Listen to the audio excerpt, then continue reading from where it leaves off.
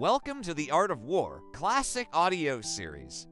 In this series, we explore the timeless wisdom of Sun Tzu through the original text of the Art of War, followed by an insightful interpretation of the principles.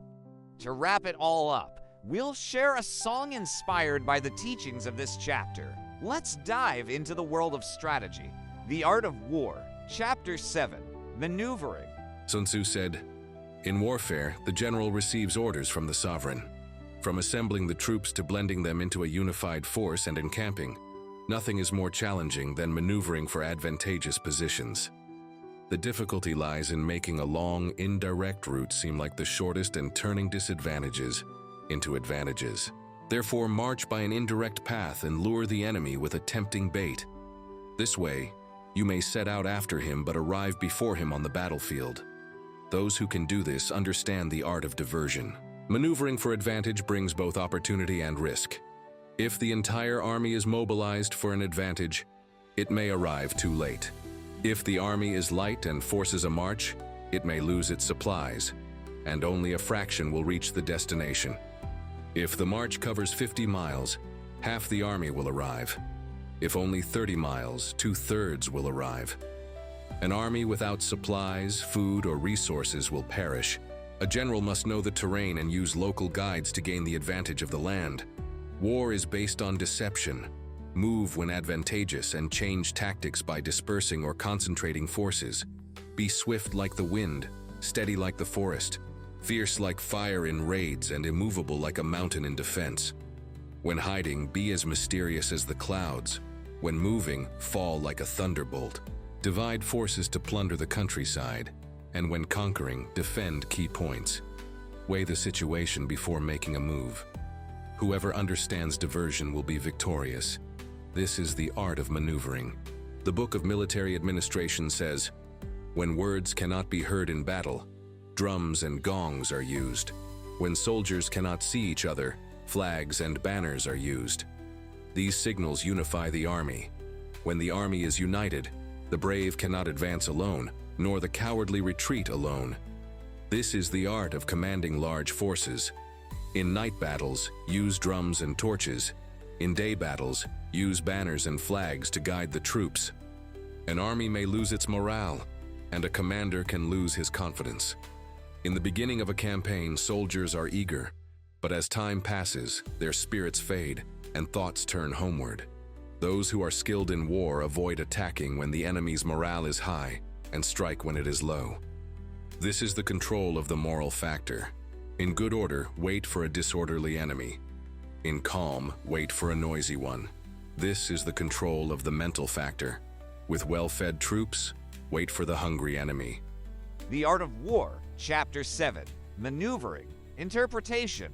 Sun Tzu's The Art of War, Chapter 7, Maneuvering, delves into the strategic importance of securing advantageous positions and the complexities involved.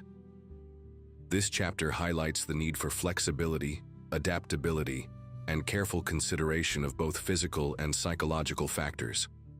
Core ideas. The challenge of tactical maneuvering. Maneuvering for advantageous positions is the most difficult aspect of war. Sun Tzu stresses the importance of transforming indirect routes into direct paths and turning disadvantages into advantages. He advises generals to use deception by taking alternate paths and luring the enemy to gain an upper hand. Advantage and risk. Maneuvering brings both opportunity and risk. The general must carefully weigh the advantages and potential risks of any move. A poorly executed forced march or poorly equipped army may fail, while an advantageous position may be lost through haste. Adaptability and command. Adaptability is key. Sun Tzu encourages generals to move with speed when needed, be steady when resting, and be fierce in raids. He also emphasizes the use of drums, gongs, and flags to coordinate and unify the army. Psychological warfare. Understanding and controlling morale is essential. Attack the enemy when their morale is low, and avoid them when their spirits are high. A disciplined army should wait for a disorganized enemy, and a rested army should wait for a weary one.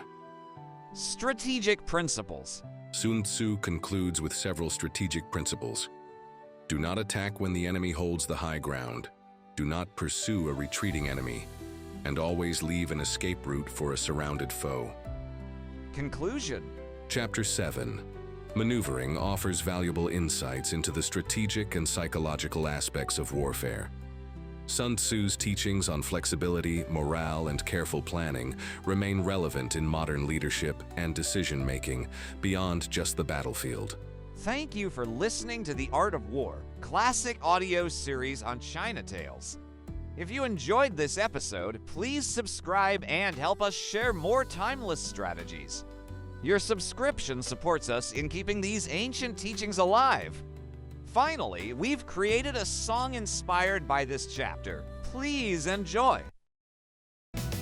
Move like the river bends its course, swift and silent, no remorse. The unseen hand, the whisper force. Strike where the moonlight fades. Turn chaos into your parade. Dancing shadows never stay. Flex, deceive, then melt away. The art of war is not to fight, but to win in whispers, out of sight. Mountains stand, but we shift the ground. Echoes clash where no one's found. Eyes on fire, no chains unbound.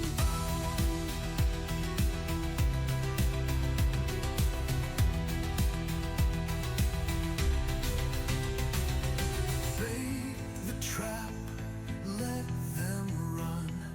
Every move has just begun. Dancing shadows.